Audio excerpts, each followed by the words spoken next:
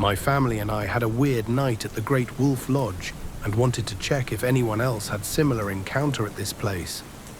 We've stayed here 3 times before with no problems ever, but this was the first time anything like this has ever happened before. We stayed at the Great Wolf Lodge and had a suite room. It has 2 conjoining rooms with 2 doors where you can lock the room from either side. The kids stayed in the kids' style room with kids' bunk beds, and we stayed on the non-kids' side room.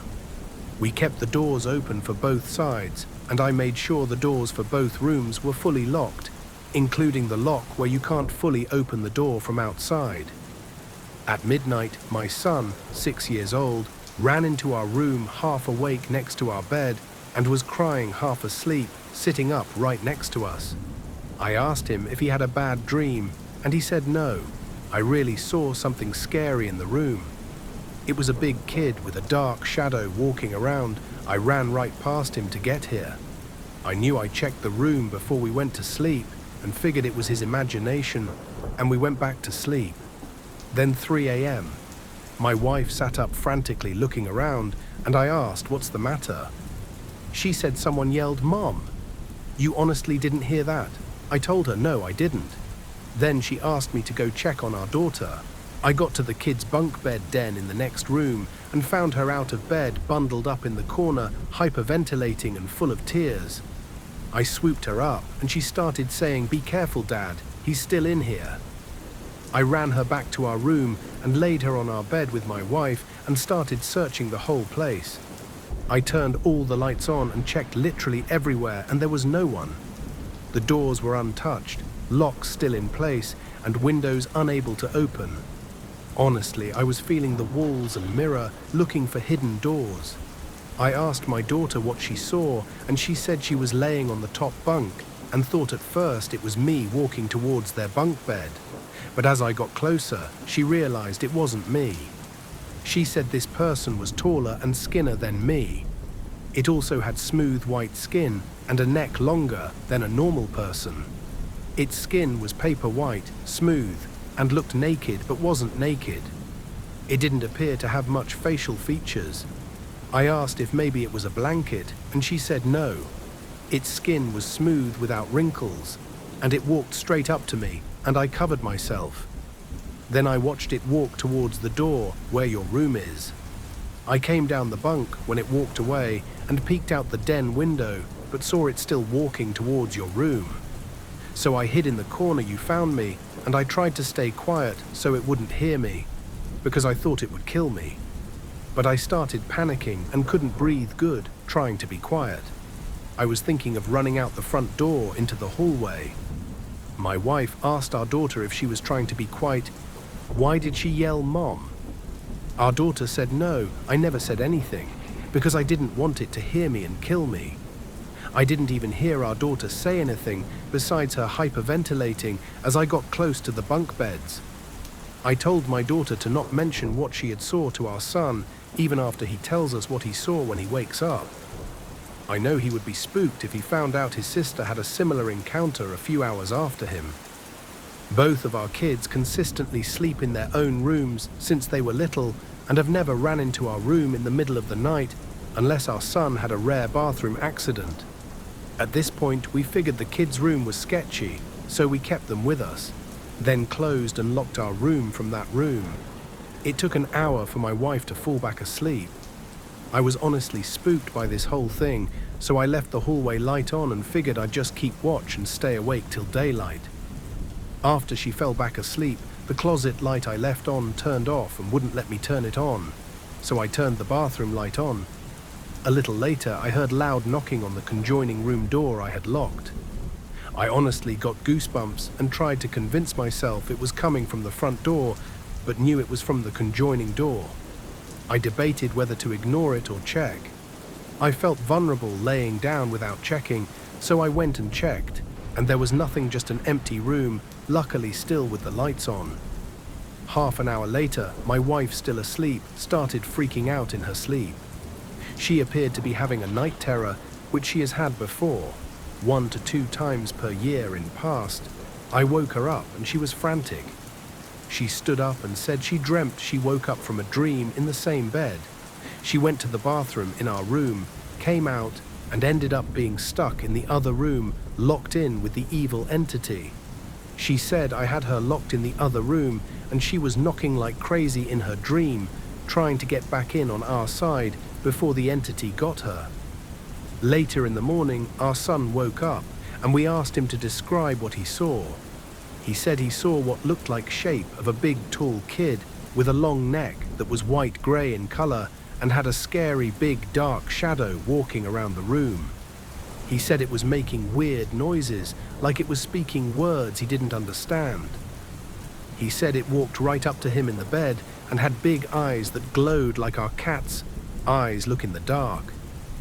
As the sun came out, we got the courage to go into the other room and grab our belongings to leave. The last weird thing is the room had a weird smell which wasn't present there the day prior.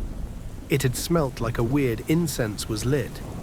Kind of reminded me of those stick incense that were popular back in the 90s. So I personally didn't see this thing, but both of my kids, 6 and 9, who have never had encounter like this, saw same thing 3 hours apart from each other and had similar description of it without knowing each other's description of it. The only thing that differed in their description was, my daughter said it appeared faceless, and my son said it had big glowy eyes and white/grey, not just white. However, my daughter covered herself when it got closer, and my son watched it approach. I did, however, witness one, both of my kids having similar encounter. 2, my wife wake up to someone yelling, "Mom!" 3, the light turn off and not turn back on. 4, banging on the conjoining room door.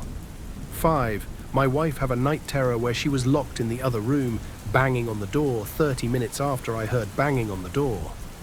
I've never really been a big believer on hauntings and paranormal stuff, but after this, I'm left questioning it in my head and find myself thinking about it all the time.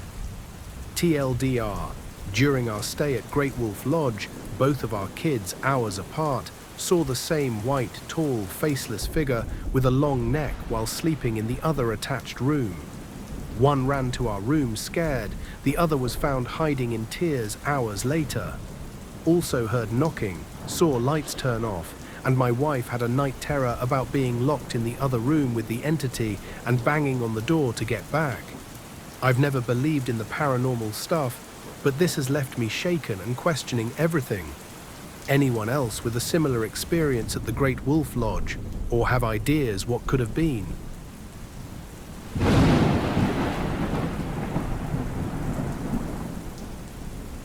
The Night the Woods Knocked, a true story from Platkill, New York State.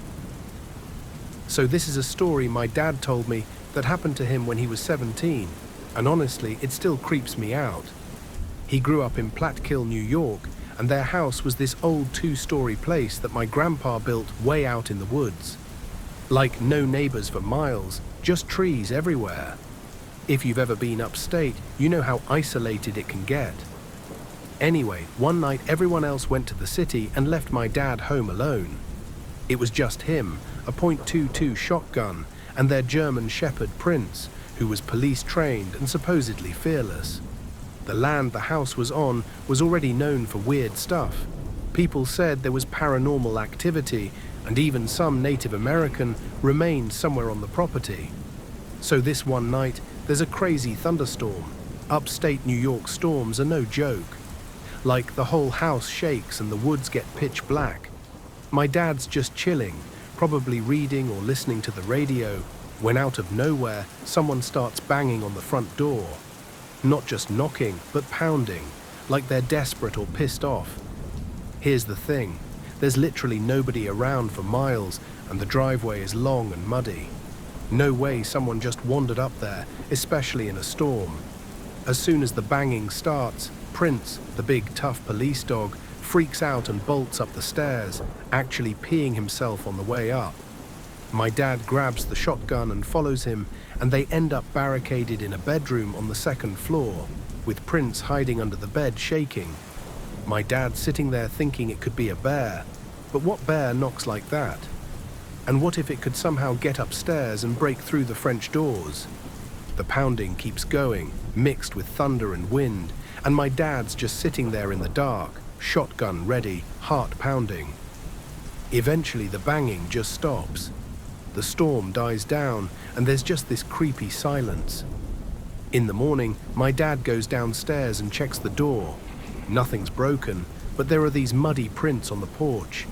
He said they were too big and weird to be human, but not really animal either. To this day, he has no idea what was out there, but he swears he's never seen prints so scared before or since. So yeah, if you ever end up alone in a house in the woods during a thunderstorm and someone starts banging on the door, maybe just stay upstairs.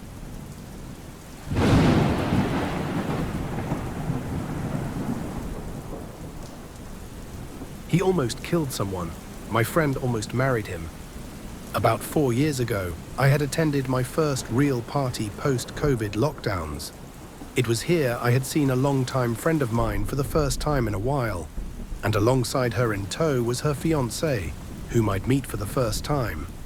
He seemed like a pretty normal guy, standard hobbies, respectable job, that sort of stuff. The party came and went, and a couple of weeks later, my friend invited me to a different party at her house. This was a pretty laid-back event. We just chatted, smoked a bit of weed, the usual stuff a group of young adults do. But only 2 months after this party, the same friend reached out to me because of a serious issue that had just occurred in their relationship. Her fiancé and her parents had always hated each other, and they had gotten into a heated argument. By the end of it, fiancé had lost his temper and stormed out of the house, keying her mum's car on his way out. They noticed the damage immediately and captured the whole thing on a household security camera. Ultimately, parents agreed not to press charges on the condition that he paid for the damages. Not long after, my friend called off the engagement completely. None of us could have predicted how this incident was, in retrospect, a first look into violent tendencies from him. Fast forward a few years and life had seemingly moved on. She started dating someone new, but her ex had seemingly dropped off the grid. His social medias had been deleted and no one could reach him by phone. I didn't know what had happened to the guy, but I wasn't very close to him, so I also kind of didn't care. But a little while ago, this same friend had shared a news article to her Facebook. The headline read, "Man arrested for assaulting family member." She added, "Holy shit, this was my ex." Apparently, after their engagement was called off, he moved back home with some unknown relative. I presume it may have been his uncle or his father. But regardless, he and this relative had also been having loud, heated arguments, and police had already been called to the house a couple of times before. The relative said he was beginning to fear for his own safety and was attempting to evict and get a restraining order. The following is from the day the assault occurred, as the events took place. Another argument occurred. Ex-fiancé grabbed a tire iron and began striking the relative with it, landing a presumed total of about 16 hits over the span of 40 minutes. Ex-fiancé had also stomped on the victim's head when the physical blows knocked him to the ground. After the attack, ex had stolen the victim's car and fled the scene in it. Police and EMTs arrive, transport victim to the hospital and put a warrant out for ex's arrest. Ex flees the county where the crime occurred and drove about 2 or 3 hours away. A state trooper finds ex and makes contact, arresting him without incident. Ex is brought back up to his home county's jail, where he's booked on charges of aggravated assault, false imprisonment, theft, and most notably, attempted murder. His bond is set at $100,000. Just frightening to think how that could have easily been my friend in this situation. I am grateful every day that she was not harmed and dumped him when she did.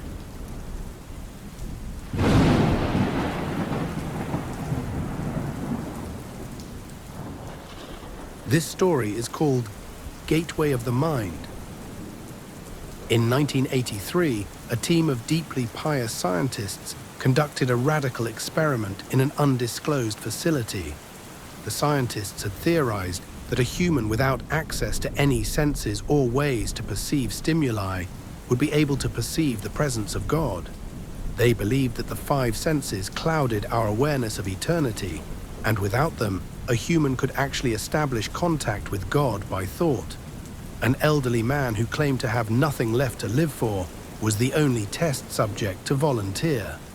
To purge him of all his senses, the scientists performed a complex operation in which every sensory nerve connection to the brain was surgically severed. Although the test subject retained full muscular function, he could not see, hear, taste, smell, or feel.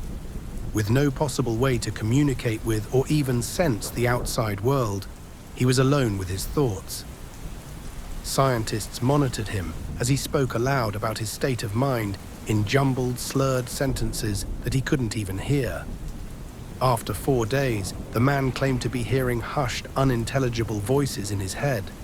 Assuming it was an onset of psychosis, the scientists paid little attention to the man's concerns. 2 days later, the man cried that he could hear his dead wife speaking with him, and even more, he could communicate back. The scientists were intrigued, but were not convinced until the subject started naming dead relatives of the scientists. He repeated personal information to the scientists that only their dead spouses and parents would have known. At this point, a sizable portion of scientists left the study. After a week of conversing with the deceased through his thoughts, the subject became distressed, saying the voices were overwhelming. In every waking moment, his consciousness was bombarded by hundreds of voices that refused to leave him alone. He frequently threw himself against the wall, trying to elicit a pain response. He begged the scientists for sedatives so he could escape the voices by sleeping. This tactic worked for 3 days until he started having severe night terrors. The subject repeatedly said that he could see and hear the deceased in his dreams. Only a day later, the subject began to scream and claw at his non-functional eyes, hoping to sense something in the physical world. The hysterical subject now said the voices of the dead were deafening and hostile, speaking of hell and the end of the world. At one point he yelled, "No heaven, no forgiveness," for 5 hours straight. He continually begged to be killed, but the scientists were convinced that he was close to establishing contact with God. After another day, the subject could no longer form coherent sentences. Seemingly mad, he started to bite off chunks of flesh from his arm. The scientists rushed into the test chamber and restrained him to a table so he could not kill himself. After a few hours of being tied down, the subject halted his struggling and screaming. He stared blankly at the ceiling as teardrops silently streaked across his face. For 2 weeks, the subject had to be manually rehydrated due to the constant crying. Eventually, he turned his head and, despite his blindness, made focused eye contact with a scientist for the first time in the study. He whispered, "I have spoken with God, and he has abandoned us," and his vital signs stopped. There was no apparent cause of death.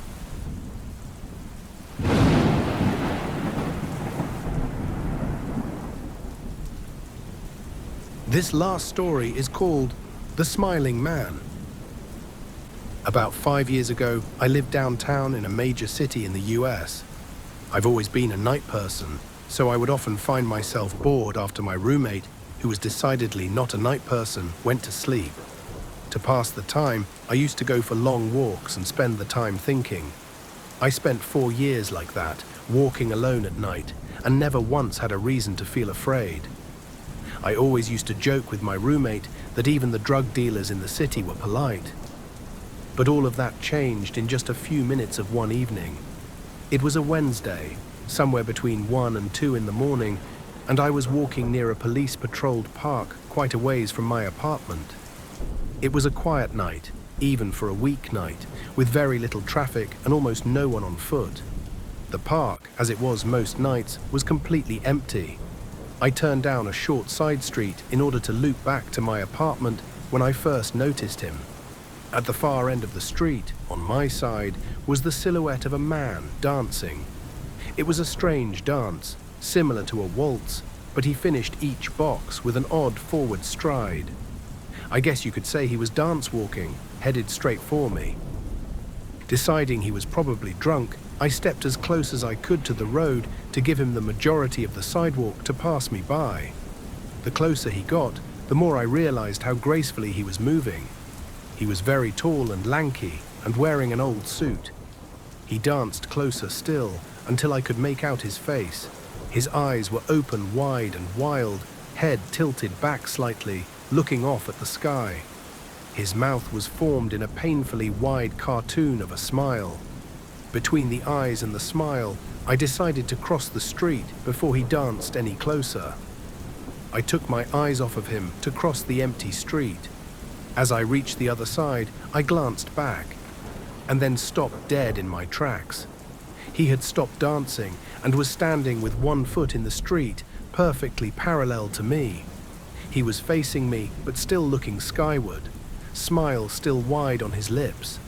I was completely and utterly unnerved by this. I started walking again, but kept my eyes on the man. He didn't move. Once I had put about half a block between us, I turned away from him for a moment to watch the sidewalk in front of me. The street and sidewalk ahead of me were completely empty. Still unnerved, I looked back to where he had been standing to find him gone. For the briefest of moments, I felt relieved, until I noticed him. He had crossed the street and was now slightly crouched down. I couldn't tell for sure due to the distance and the shadows, but I was certain he was facing me. I had looked away from him for no more than 10 seconds, so it was clear that he had moved fast. I was so shocked that I stood there for some time, staring at him, and then he started moving toward me again. He took giant, exaggerated, tiptoed steps, as if he were a cartoon character sneaking up on someone, except he was moving very, very quickly. I'd like to say at this point I ran away, or pulled out my pepper spray or my cell phone or anything at all, but I didn't. I just stood there, completely frozen as the smiling man crept toward me. And then he stopped again, about a car length away from me, still smiling his smile, still looking to the sky. When I finally found my voice, I blurted out the first thing that came to mind.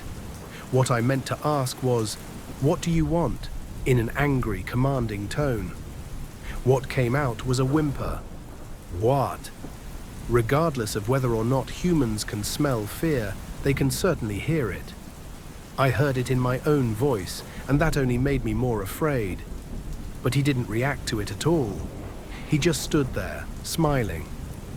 And then, after what felt like forever, he turned around very slowly and started dance walking away. Just like that. Not wanting to turn my back to him again, I just watched him go until he was far enough away to almost be out of sight. And then I realized something. He wasn't moving away anymore, nor was he dancing. I watched in horror as the distant shape of him grew larger and larger. He was coming back my way, and this time he was running. I ran as well. I ran until I was off of the side road and back onto a better lit road with sparse traffic. Looking behind me then, he was nowhere to be found. The rest of the way home, I kept glancing over my shoulder, always expecting to see his stupid smile, but he was never there. I lived in that city for 6 months after that night, and I never went out for another walk. There was something about his face that always haunted me. He didn't look drunk, he didn't look high.